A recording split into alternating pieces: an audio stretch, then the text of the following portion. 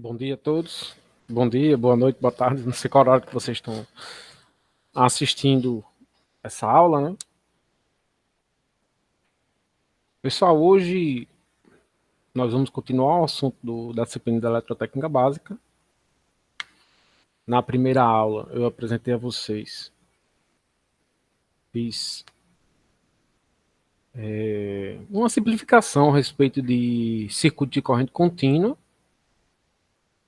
Mostrei para vocês o que são bipolos, o que é um bipolo receptor, um bipolo gerador, o que seria um circuito elétrico, o que seria uma malha, um laço, um nó, um ramo. Então, nessa primeira aula, a gente fez essas considerações, apresentei a vocês. E, além disso, né, eu mostrei também como é que a gente simplifica circuitos de corrente contínua, onde a gente tem circuitos que possuem resistências. Eu apresentei a vocês como é que é feita a simplificação do circuito, utilizando quando os resistores estão em paralelo ou estão em série.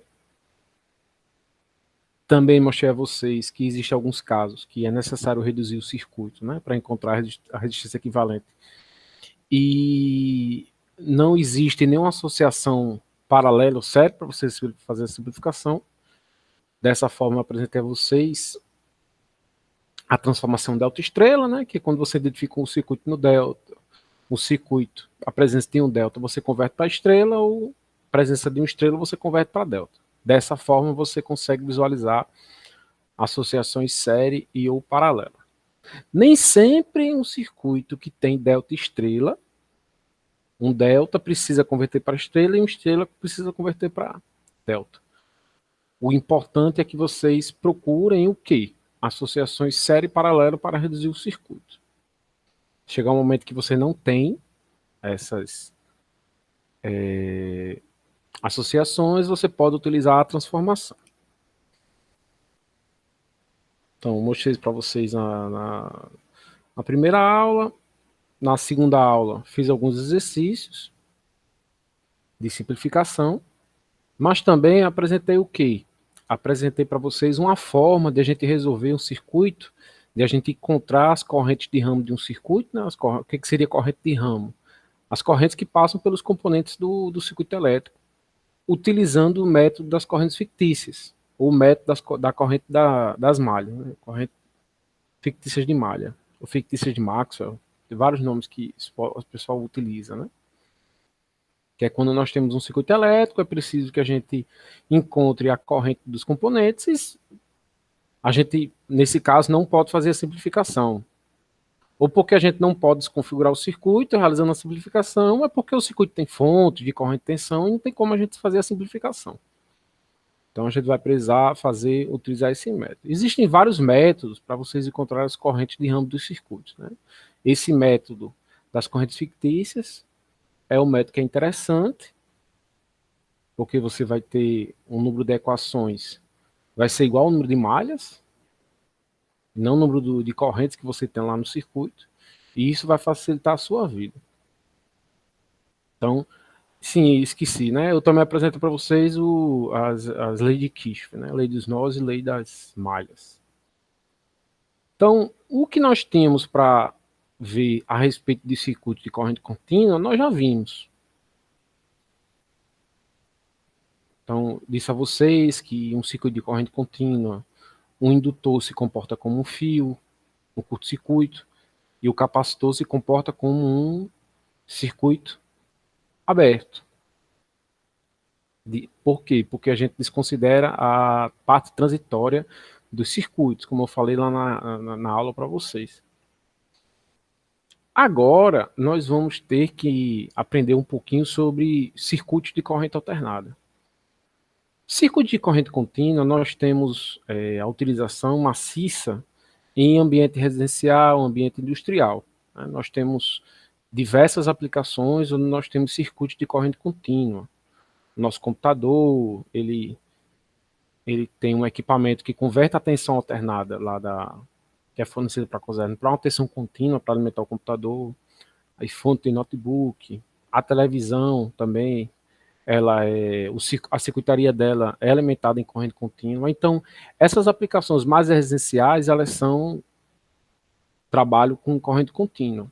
Mas a geração, transmissão e distribuição de energia elétrica é realizada através de corrente alternada. Por que isso? Porque é mais simples, se gasta menos para você fazer essa utilização de energia elétrica na geração, transmissão e distribuição, utilizando a corrente alternada. Mas a nível de utilização final de energia elétrica, realmente, muitos circuitos eles são alimentados em corrente contínua. Aí, para fazer a conversão, né, você tem que ter um equipamento que a gente chama de retificador, que ele vai, a partir de uma tensão alternada, converter em uma tensão contínua. É mais ou menos isso que uma fonte do computador faz. Ele recebe aquela tensão alternada e converte a tensão contínua para alimentar os circuitos lá da placa do computador. Quando nós temos um circuito elétrico que possui grandezas alternadas, ou senoidais, ou a gente pode também ter um formato cossenoidal, essas grandezas vão ser grandezas que possuem uma frequência e possuem uma amplitude. A frequência dessas grandezas, né, num circuito elétrico, quando a grandeza é alternada, essa frequência ela é constante. Então, aqui no Brasil, todos os equipamentos que trabalham com corrente alternada trabalham a frequência de 60 Hz. Você pode até ter algumas aplicações que existe um conversor que converte a frequência de 60 para outra frequência, né? Um exemplo é um inversor de frequência. Mas, assim, quando o equipamento é ligado diretamente na rede, ele trabalha com 60 Hz. Então, a frequência das correntes elétricas e tensões elétricas que nós temos no sistema elétrico aqui no nacional é 60 Hz. Aí já a frequência das tensões e correntes lá no Paraguai é 50 Hz. E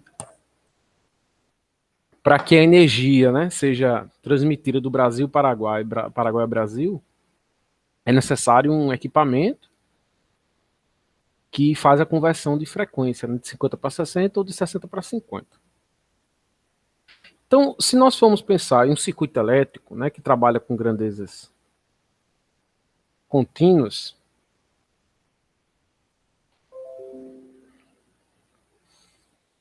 então vamos pensar aqui nesse circuito elétrico aqui, ó.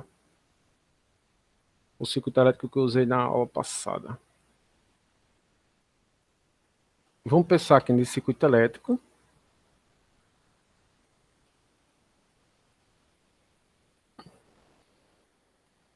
Esse circuito elétrico ele tem uma fonte de tensão, que é uma tensão contínua, ó, de 40 volts. Então vamos dificultar aqui, modificar um pouquinho esse circuito. Vamos botar uma fonte de tensão aqui e uma fonte de corrente aqui embaixo.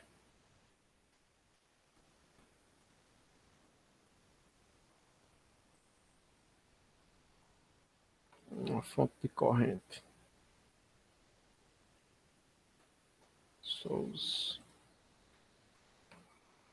Uma fonte de corrente. Então aqui 40 volts.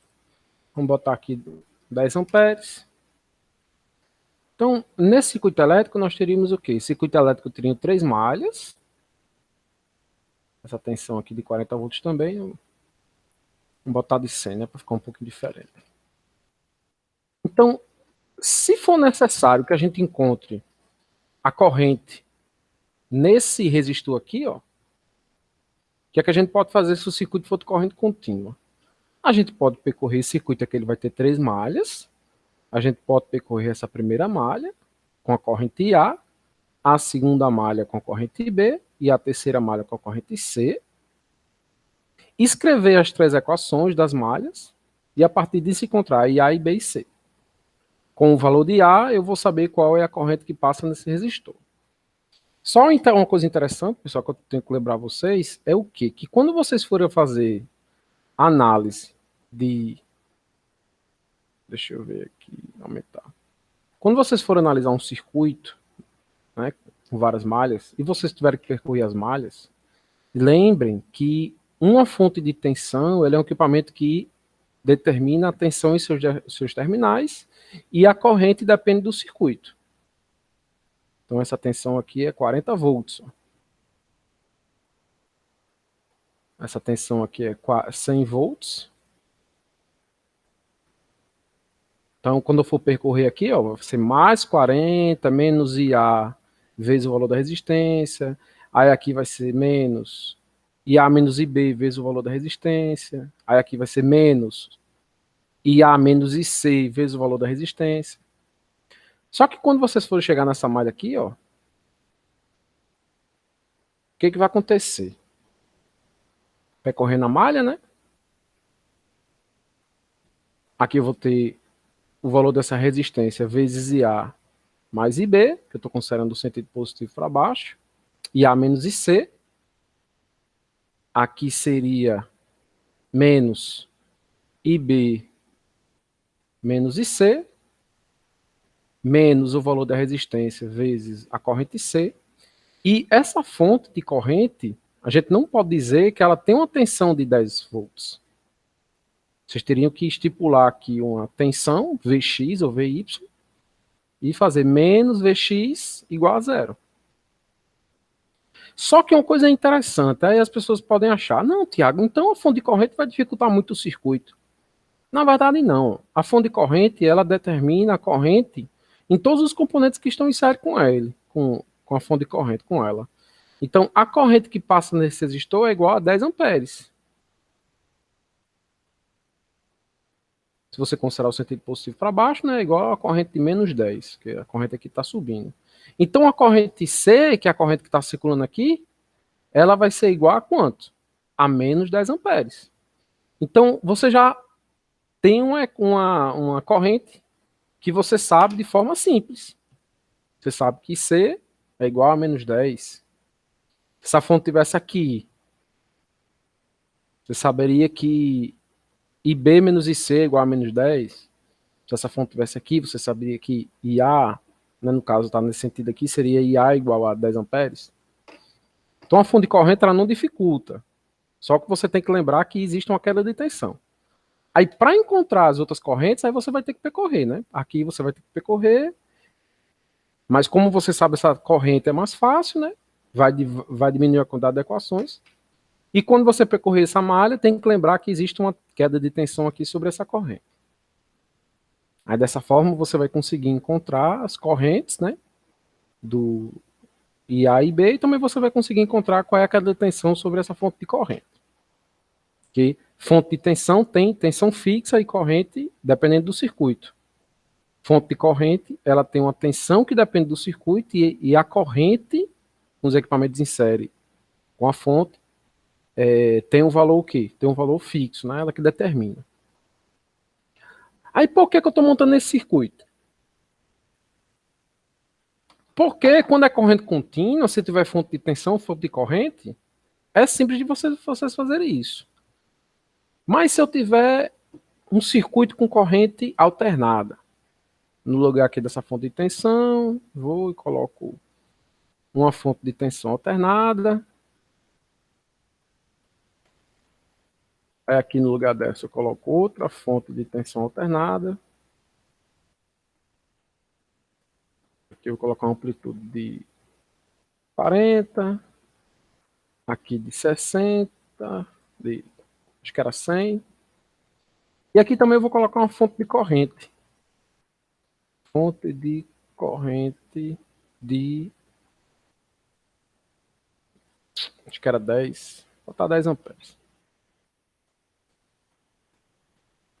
Então, a tensão dessa fonte é alternada, é senoidal, com amplitude de 40 e 60 Hz.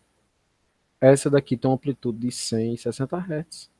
E essa fonte de corrente, ó, essa setinha quer dizer que é uma fonte de corrente, tem um pico de 10 e uma frequência de 60.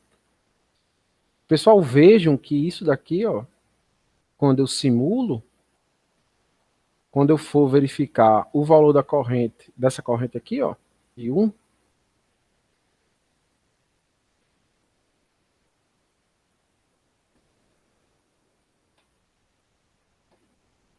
ela é uma corrente que tem um comportamento, ó, senoidal.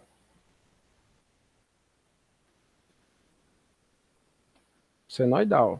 Amplitude aqui de 4,75, mais ou menos. Vamos ver as frequências, né? A frequência dessa corrente. A frequência dessa corrente é igual a 60 Hz. Por quê? Porque as fontes de tensão têm uma frequência 60 Hz. Então, como eu disse a vocês, no sistema elétrico de potência, tanto na geração, na distribuição, na transmissão de energia, as fontes e cargas, elas trabalham com grandezas de 60 Hz. Tiago, existem outras frequências? Existem. Existem outras frequências. Componentes de outras frequências. Essas outras frequências, elas são o que chamamos de harmônicos, e são frequências que são múltiplas da frequência fundamental, né? Que é a frequência 60 Hz.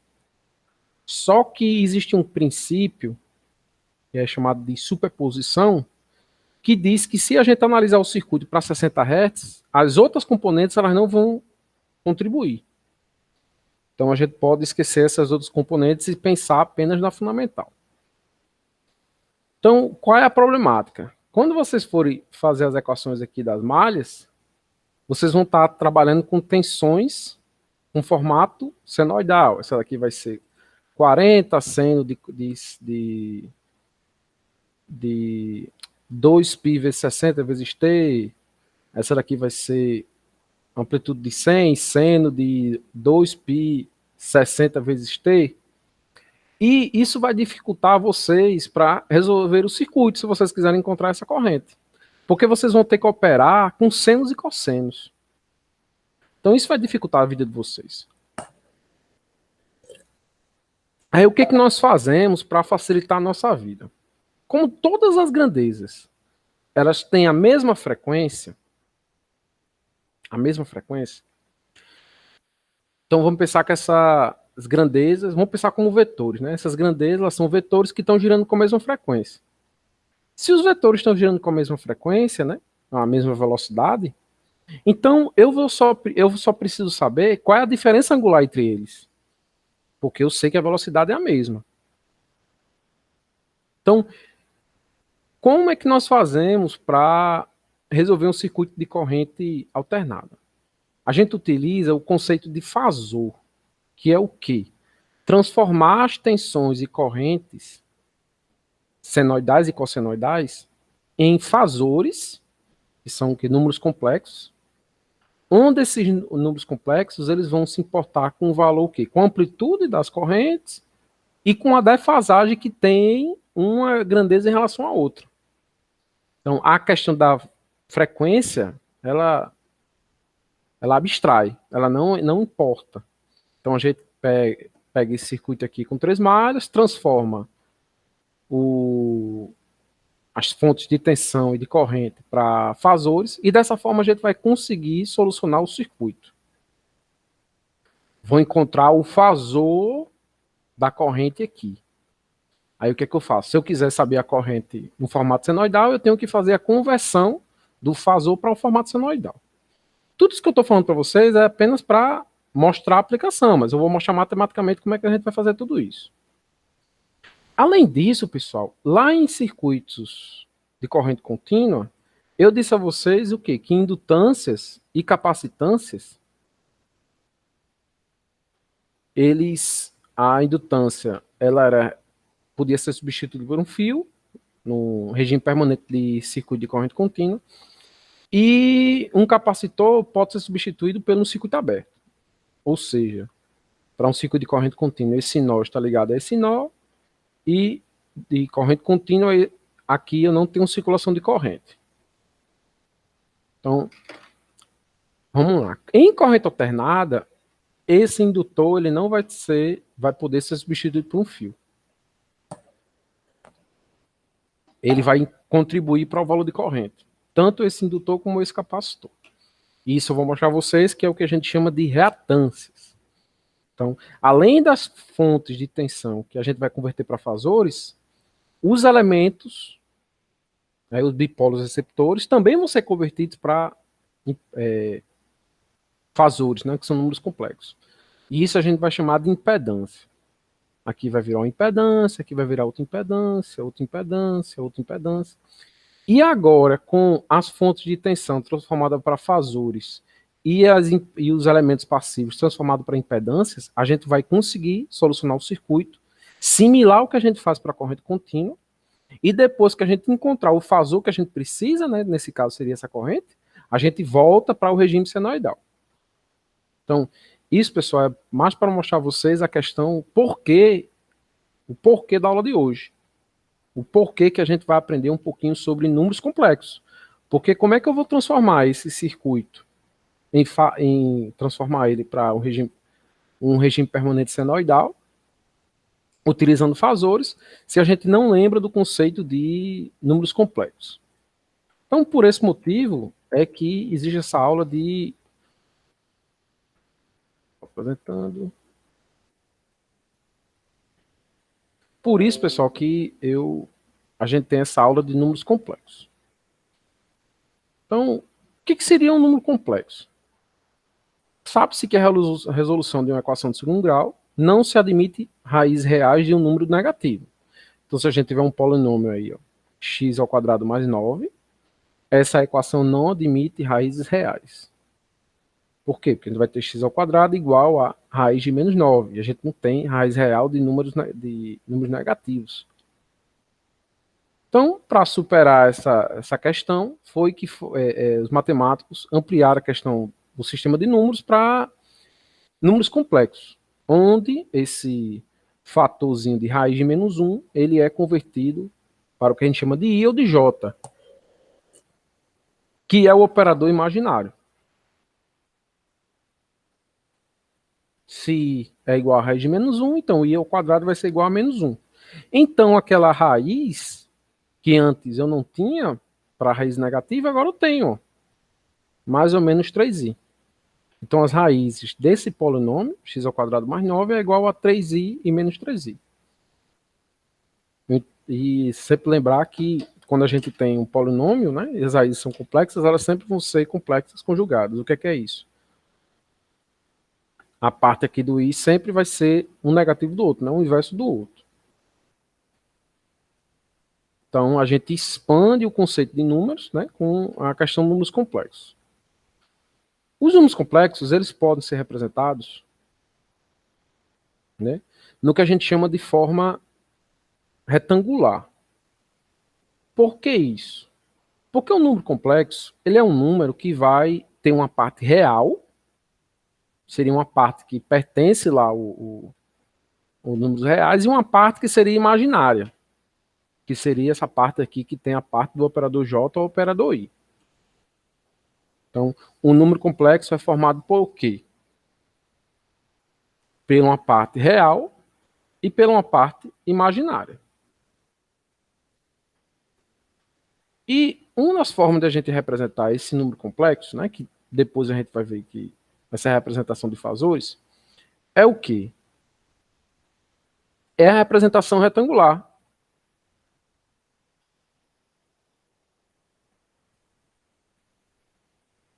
Onde essa representação retangular, ela vai expressar para a gente o valor da parte real do número complexo e a parte imaginária.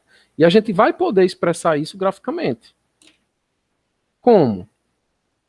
Eu tenho aqui um número complexo Z1, onde ele expressa para a gente o quê? Que esse número complexo ele tem uma parte real 6, aqui o eixo X, ó, parte real 6, e uma parte imaginária igual a zero, ó, que é o eixo Y. Já o segundo é 2 e menos 3, ó, então vai ser a parte real 2 e a parte imaginária menos 3. Então eu vou conseguir representar o quê? Esses números complexos pela representação retangular, ó, 0 e mais 4, 0 e mais, tá aqui, mais 4, menos 3 e mais 2, menos 4, menos 4, e 3 e mais 3. 3 e 6, né? 13 mais 3.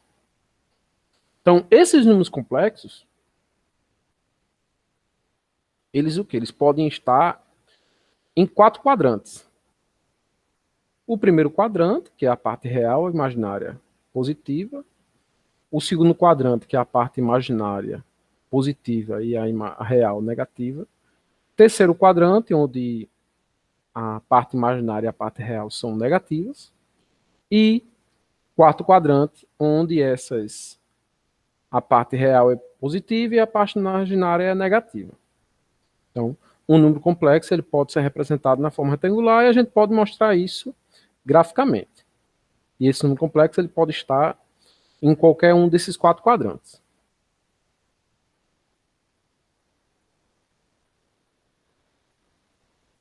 Outra forma da gente representar esse número complexo é o quê? É a forma trigonométrica. Que onde esse número complexo, ó, ele vai ter o quê? Ele vai ter um vetor aqui, ó, onde eu vou poder representar ele em função do quê? Em função da amplitude desse vetor e do cosseno do seno desse ângulo que ele faz com o eixo real. É o que a gente tem aqui, ó. Então, aquele número ali imaginário Z6, que é 3 e 3, ele vai poder ser representado. Qual vai ser o ângulo aqui? Como a parte real e imaginária é igual, então o ângulo aqui vai ser 45 graus. E a amplitude aqui, ó, é só fazer 3 ao quadrado mais 3 ao quadrado na raiz. Então, a gente vai poder converter aquele número complexo na representação retangular para a representação trigonométrica. Então, se o ângulo é de 45 graus e porque 45, né? A parte real e imaginária daquele número complexo é igual, são iguais. E o módulo, né? A amplitude do vetor sendo raiz de 3, 3 ao quadrado mais 3 ao quadrado na raiz. Então a gente pode fazer o quê? Ó? Aquele número complexo Z6, ele pode ser representado na forma retangular, que seria a forma trigonométrica, que seria, deixa eu lembrar aqui, fazer aqui, raiz de 3 ao quadrado, mais 3 ao quadrado, 4,24. Então seria 4,24 vezes cosseno de 45 graus. Sempre lembrando que vocês, quando forem representar graus, vocês têm que colocar a bolinha lá em cima do número, né? Porque senão isso seria uma representação em radianos. Seria 45 graus ou π sobre 4 radiano, né? Mais J ou I, né, o operador imaginário, vezes 4,26 vezes seno do ângulo. Eu coloco aqui o 4,24. O 4,24 em evidência e multiplico pelo cosseno do ângulo mais J seno do ângulo. Então, independente se o número vai estar em radiano ou em graus, né, essa resposta vai dar a mesma. E sempre tem que lembrar que a calculadora de vocês, se vocês forem usar graus, colocar em graus, se for radiano, colocar em radiano. Eu apresento aqui, pessoal, as formas de você transformar um número complexo, como é que a gente deve fazer as operações, que vocês vão precisar disso para resolver os circuitos elétricos, né? Simplificar os circuitos, no mesmo esquema que a gente tinha antes. Como é que era? A gente simplificava o circuito para encontrar a resistência equivalente do circuito. Aqui nesse caso, com o circuito de corrente alternada, a gente vai ter uma impedância equivalente, mas a gente vai seguir aquelas mesmas regras, série, paralelo, delta estrela. Então, é isso que é a nossa ideia. E também nós podemos o quê? Encontrar as grandezas do circuito, correntes de ramo, tensões em algum elemento, utilizando a análise de malhas. Você pode fazer as correntes fictícias e encontrar, assim, as correntes de ramo ou tensões do circuito elétrico. Ou eu posso, eu quero a potência eu quero a potência desse resistor. Aí a gente vai ver que potência em grandezas alternadas, a gente vai ter três potências. A ativa, que seria o equivalente ao que a gente tem no circuito CC, a reativa, que é uma potência que fica confinada aqui no indutor e no capacitor, e o que seria aparente, né? Que seria a soma complexa da parte ativa e parte reativa. Mas isso eu vou mostrar a vocês nas próximas aulas. Deixa eu pegar um pouco de água aqui.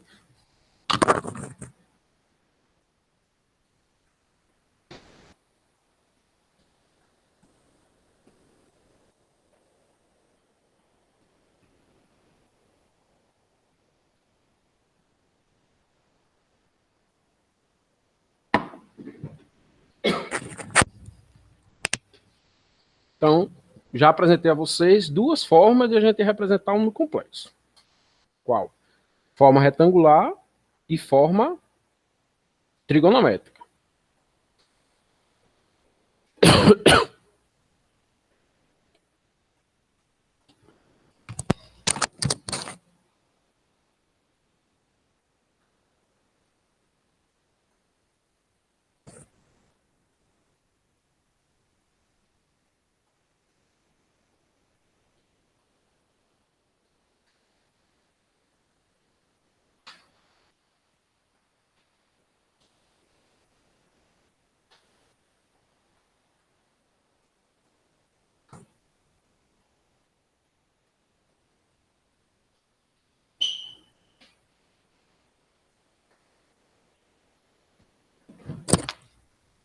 Voltei, pessoal. Tinha esquecido de tomar um remédio.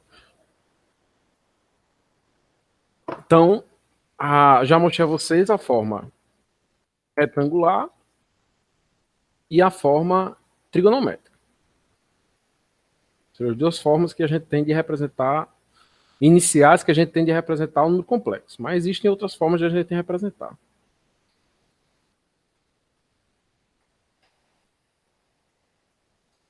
A forma polar. Eu posso também representar um número complexo, aquele número complexo aqui, 16, como? Na forma polar. Lembra, pessoal, que isso são formas diferentes de você expressar a mesma coisa. É como se você pegasse um acontecimento e mandasse um potiguar explicar, um gaúcho explicar, um carioca explicar e um paulista. Todos explicariam mais ou menos de um jeito diferente, usando seu sotaque, suas características, mas no final seria a mesma coisa. Então, isso que a gente tem de representação de números complexos. Essa representação ela vai representar sempre a mesma coisa, né? Não é porque eu vou representar um número complexo, a forma retangular e a forma trigonométrica vai representar números complexos diferentes. Não. Se eu estou representando 16, na retangular, na trigonométrica vai ser a mesma representar o mesmo no complexo. E eu posso também fazer a conversão de uma representação para outra. Na representação polar, o que a gente vai encontrar? A gente pode representar esse número complexo pelo módulo dele e utilizar um operadorzinho que a gente vai chamar de fase e representar o quê? Representar o ângulo. Porque se eu sei o módulo e sei o ângulo, eu sei converter ele da representação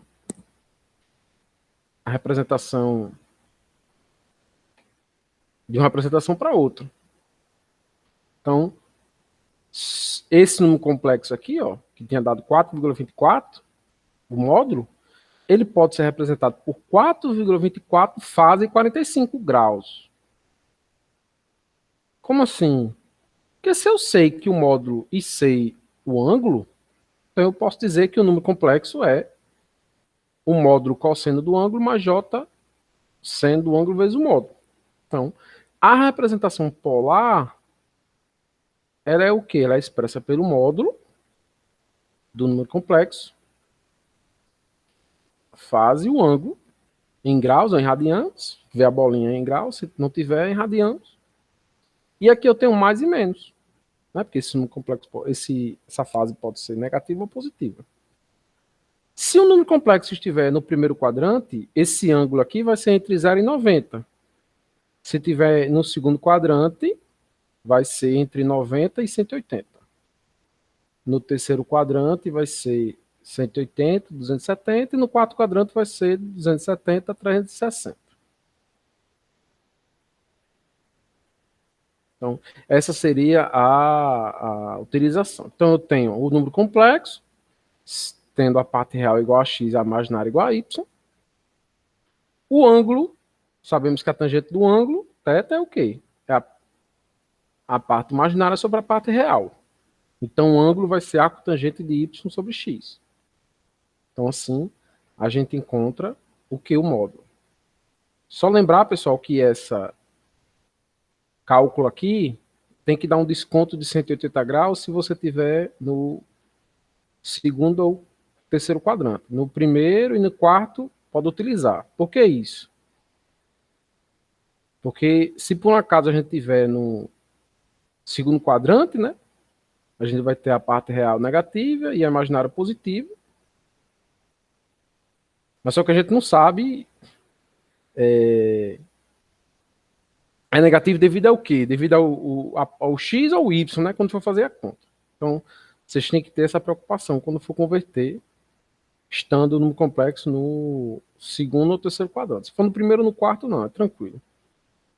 O ângulo vai ser de 0 a 90, ou de 0 a menos 90, ou de 270 a 360.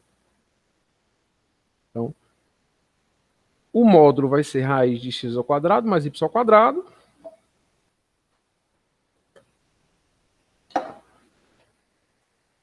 E esse ângulo ele vai aparecer em graus ou em radianos. Outra forma da gente representar um número complexo é a função exponencial. Que ele vai ser representado pelo quê? Pelo módulo vezes a exponencial de mais ou menos jθ. Onde a segunda fórmula de Euler, exponencial de mais ou menos jθ é igual a cosseno de θ mais j seno de θ. Então, aquela parte ali, ó, cosseno de θ mais j seno de θ, vai poder ser substituído por exponencial de mais ou menos jθ. Então, um número complexo, ó, que é x mais ou menos jy, é igual ao módulo cosseno de θ mais ou menos j seno θ, o módulo exponencial de mais ou menos jθ. Então, aquele número complexo lá do primeiro, que era 3 e 3, o módulo, se eu for fazer a representação exponencial, aqui vai ser 4,24, que é o módulo, exponencial de mais ou menos, não, exponencial de mais 45 graus. Ele está no primeiro quadrante, né? Se ele estivesse no quarto quadrante, aí seria menos 45 graus.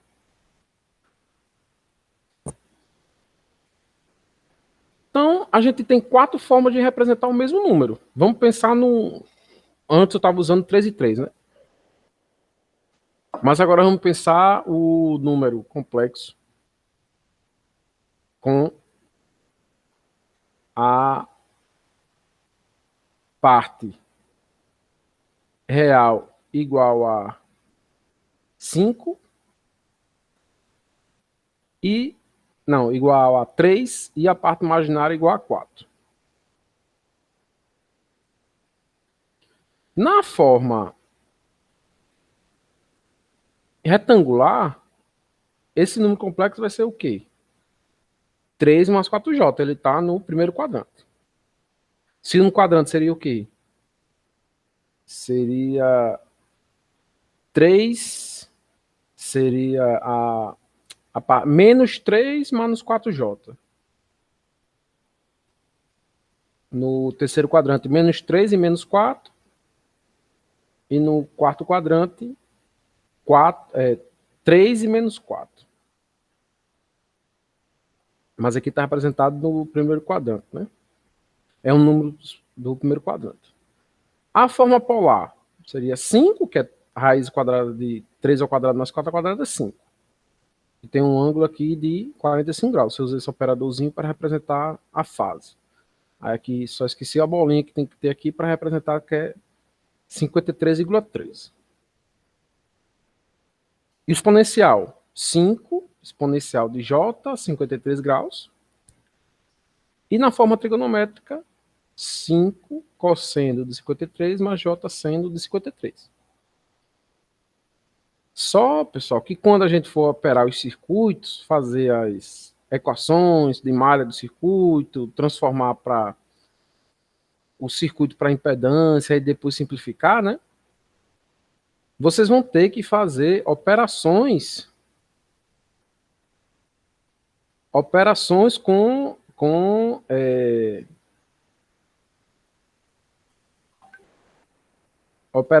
números complexos.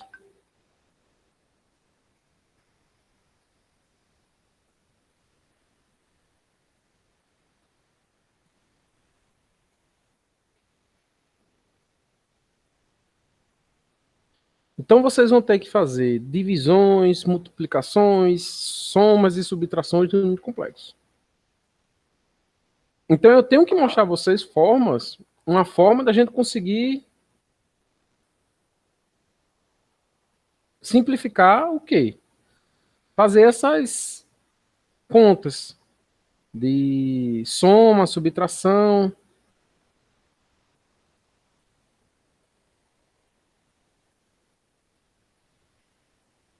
E para fazer soma e subtração, a melhor forma que a gente tem é utilizar a representação na forma retangular ou trigonométrica. E para fazer multiplicação e divisão, a gente pode usar forma polar ou exponencial. No caso aqui, eu vou trabalhar apenas com essas duas formas aqui. Ó. Porque se vocês aprenderem com retangular, sabe com trigonométrica, exponencial, se saber com polar, sabe com exponencial. Soma e subtração, vocês usam a forma retangular. E multiplicação e divisão, vocês vão usar a forma polar. A soma de números complexos na apresentação retangular. Soma as partes reais e soma-se as partes imaginárias. Se for subtração, subtrai as partes reais e subtrai as partes imaginárias. Multiplicação. Multiplica os módulos e soma as fases. Divisão. Divide os módulos e subtrai as fases. Tiago, se eu tiver um número complexo na representação retangular e eu quiser fazer multiplicação, eu tenho dois números na forma retangular e quero fazer multiplicação, converte para a forma polar. Ah, Tiago, você não disse que é melhor a gente fazer essas operações na forma retangular? Então, vocês podem fazer a conversão. Aí eu vou apresentar a vocês como é que a gente faz isso. Se for uma soma e eu tiver dois números complexos, é só eu somar as partes reais, ó. O que seria Z mais G? A mais C mais J, B mais D.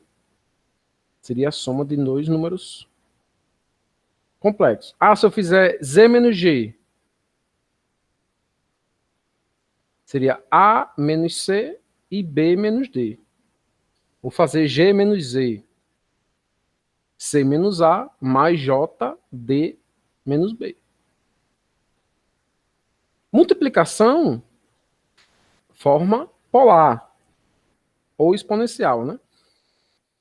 Se eu tiver dois números complexos ó, expressos na forma exponencial ou retangular, a multiplicação é só multiplicar os módulos e somar as fases, ó, tanto na forma exponencial ou na forma polar.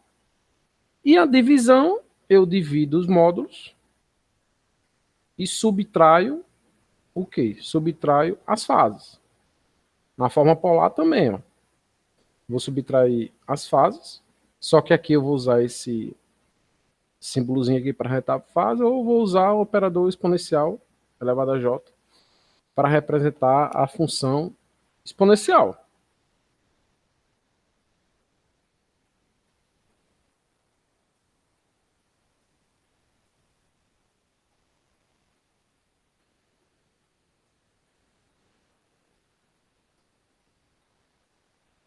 Então, vocês já sabem fazer o quê? Soma e subtração de números complexos e também fazer divisão e subtração. Então, vamos ver aqui mais um exemplo, né? Deixar vocês visualizarem por um momento.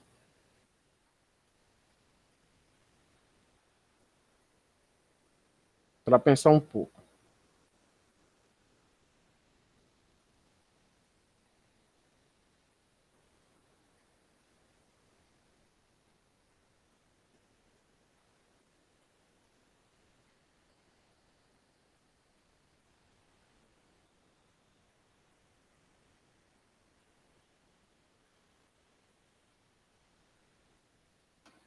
Vamos lá.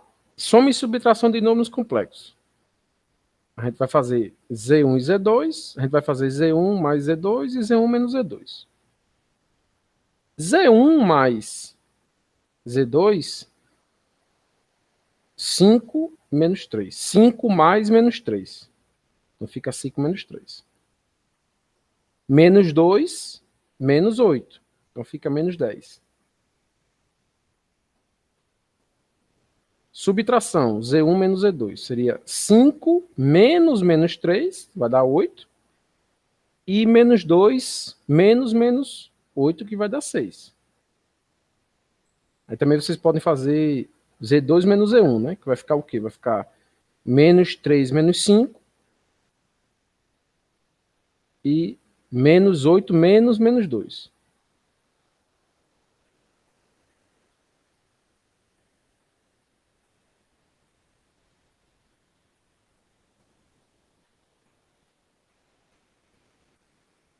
E agora a multiplicação.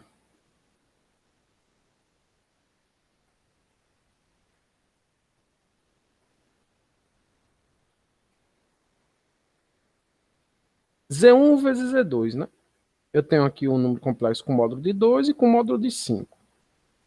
Na multiplicação, eu multiplico os módulos e somo as fases, né?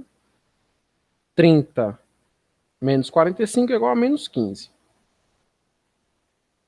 E a divisão de números complexos, eu divido 8 por 2, que vai dar 4. Menos 30 menos menos 60.